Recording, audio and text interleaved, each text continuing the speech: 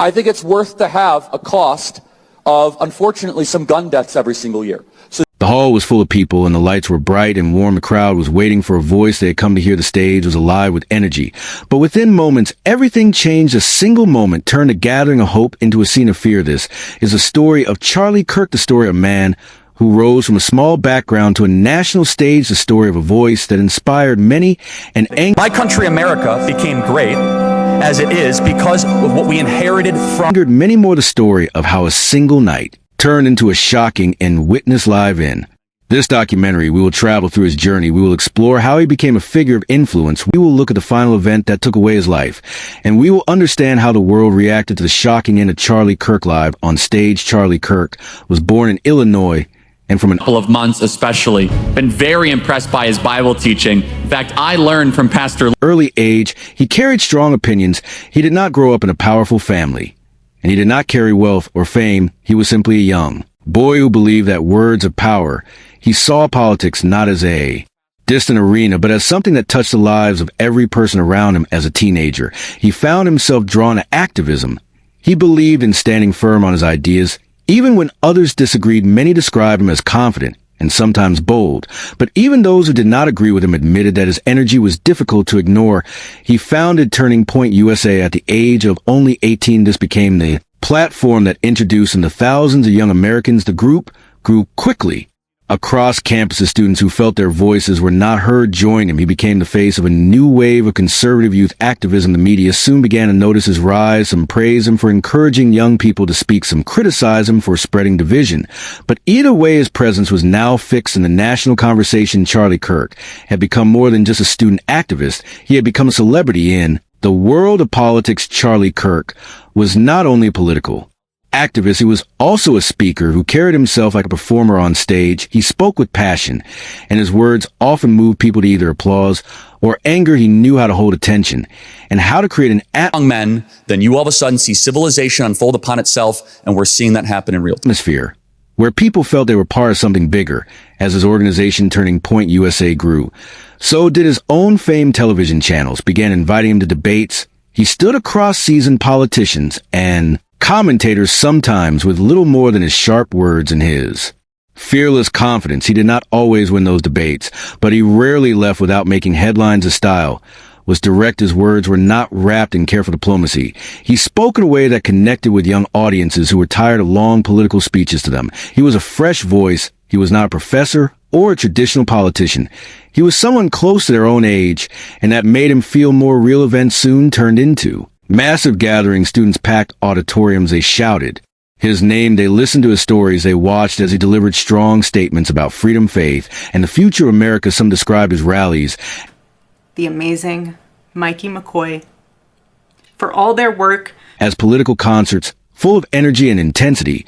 But with fame came criticism. His opponents painted him as a figure who spread division. They accused him of using fear to gain influence. They argued that his speeches created more conflict than understanding, yet the more people criticized him, the more his name spread, the louder the criticism grew, the larger his following became. Charlie Kirk was no longer just a rising activist. He was a brand. His face appeared on posters. His name filled social media feeds. His quotes were shared both by supporters who loved him and by critics who opposed him. He had become impossible to ignore for many. He was an inspiration for others. He was a target in a world of fame and controversy. He stood at the center, unshaken by the storm that surrounded him.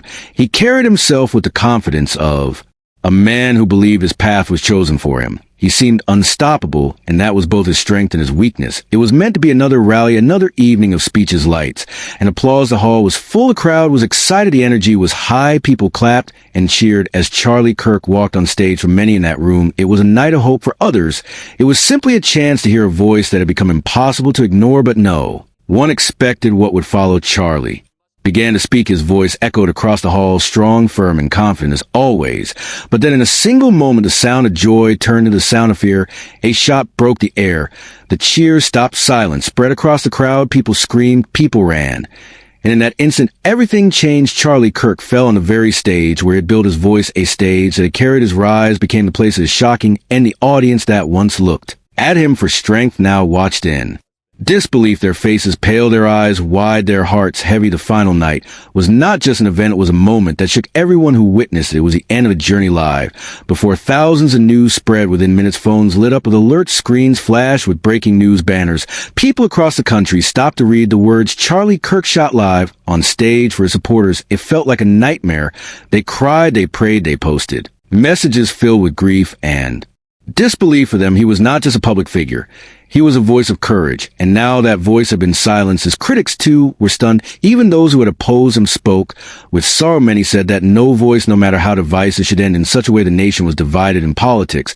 But united in shock on social media, hashtags rose. Within hours, millions of posts poured in, some full of grief, some full of anger, many demanding justice. The internet became a wall of emotion, a place where strangers shared tears with strangers. Vigils were held in different cities. Candles were lit. Crowds gathered quietly. Faces glow in the soft light. People whispered prayers and sang songs of hope. The silence at those vigils said more than any speech could. The world had seen many tragedies, but this one felt different.